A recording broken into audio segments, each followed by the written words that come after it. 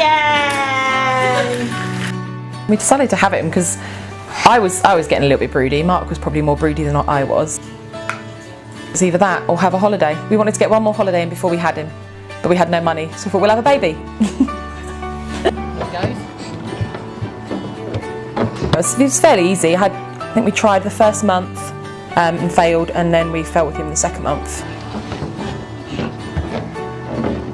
I found out I was pregnant on 23rd of April 2013 when I was about 6 weeks along then.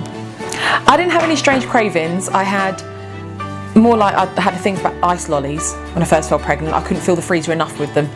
And then it was just bacon sandwiches and roast beef and gravy and lots of it.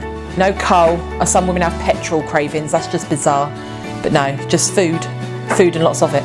Come at me. I never wanted to find out the sex of the baby. I think it ruins it.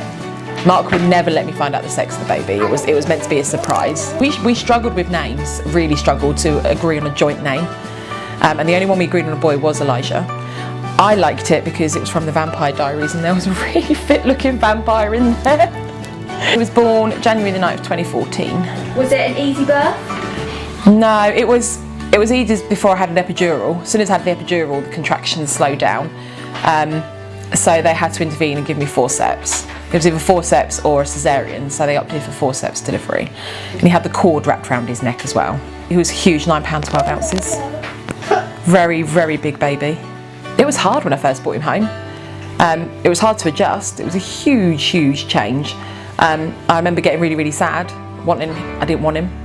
I wanted him to be adopted out because I was so upset. The symptoms first started straight after I had him. My right side of my face was completely numb. I couldn't feel it. It was really bizarre. I couldn't feel my tongue, couldn't find my gums. And I remember going to the doctors for that, just the numbness, on my 6 weeks checkup. And they said, oh, that could be normal. It's probably just something to do with the epidural and keep an eye on it. And that was it, because it was so bizarre. And then the headaches just started to come on a little bit more. The headaches weren't so intense. There was more of them and they just got more frequent, like paracetamol wouldn't get rid of them like they usually would. And then I started to get the migraines and then the double vision started to come on. I went to the doctors obviously for what I thought was migraines, and they were the ones that suggested I go to A&E to get thoroughly checked out because they thought something was up with it. So I went once to Frimley Park and they just said it was migraines, sent me away with a prescription for migraine relief. And then the symptoms just kept getting worse, just worse double vision, saw 2 of everything, to the point where I couldn't even cross a road because I saw like 2 cars coming towards me instead of just the one. So I went back to the doctors and then they sent me back to A&E, and that's when they finally decided to give me a CT scan. And that's when they found something. I remember coming home from the doctors on the first time, my mum was more worried, and I made a joke and I was like, yeah, it's a brain tumour. And she was like, don't joke, that's not funny. And I thought it was funny at the time because I thought, yeah, it's just migraine, stop worrying. So I wasn't worried. I was only worried when they came back from the CT scan at the A&E and they were like, yeah, we think we found what's wrong. And I think that's when it clicked to me and I was like, okay, there is something there then. What were your thoughts and feelings when you found out you had a brain tumour? I was scared, a bit numb. But sort of, okay, you just got to face it. You can't be scared about it. You've just got to try and, I mean, especially since I had him, you know, you've got to kind of fight through it. My family was probably more scared than what they let on to me. I think they were more terrified because it's more scary when it's not happening to you. The tumour was probably there for a good few years, but obviously being pregnant, it sort of made the symptoms come to the surface a bit more. And the hormones obviously gave the symptoms a lot more room to sort of grow. I remember when I was in labour with him, saying to the midwife, I was like, I feel like my head is about to pop. And I think she just thought, oh, it's first time mum, doesn't really understand what labour is. And I was like, no, there's something in my head that's about to pop. My surgeon said that it was more than likely the labour that really brought it on and brought the numbness on. So it was all interlinked with one another really. My treatment was just a case of they had to remove it.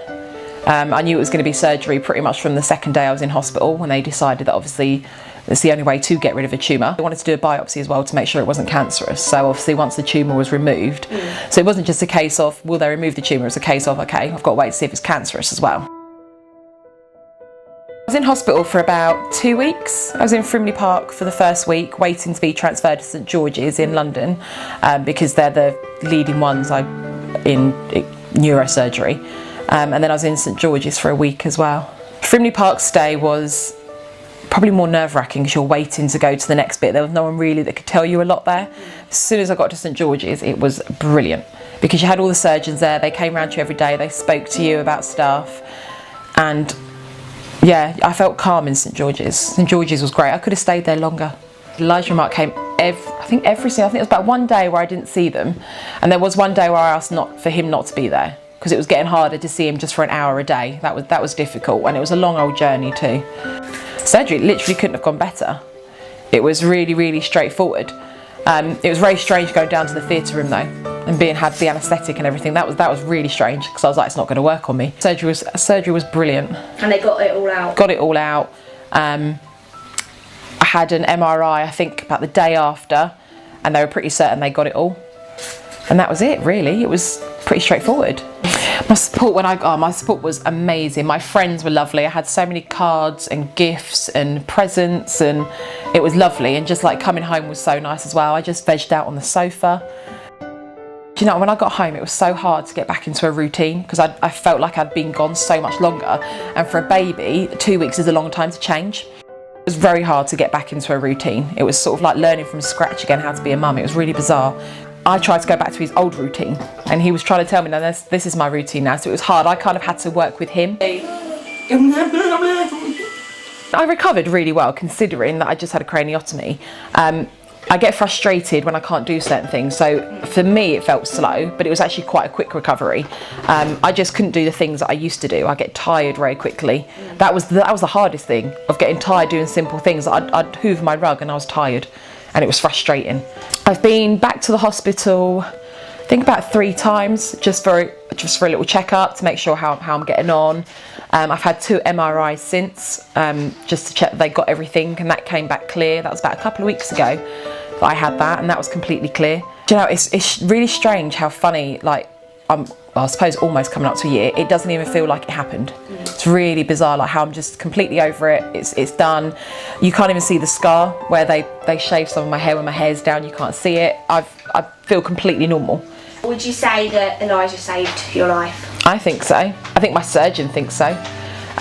He said that, you know, without him, you know, the symptoms eventually would have come to the surface. He says, but, you know, you needed them to come to the surface quicker. So having him and all the hormones and the labour and everything just brought them to the surface a lot quicker than what would have been. And if it could have been laying dormant there for another couple of years, and God knows how big it would have got, if it had got cancerous. See, I think that decision to have him, yeah, saved my life.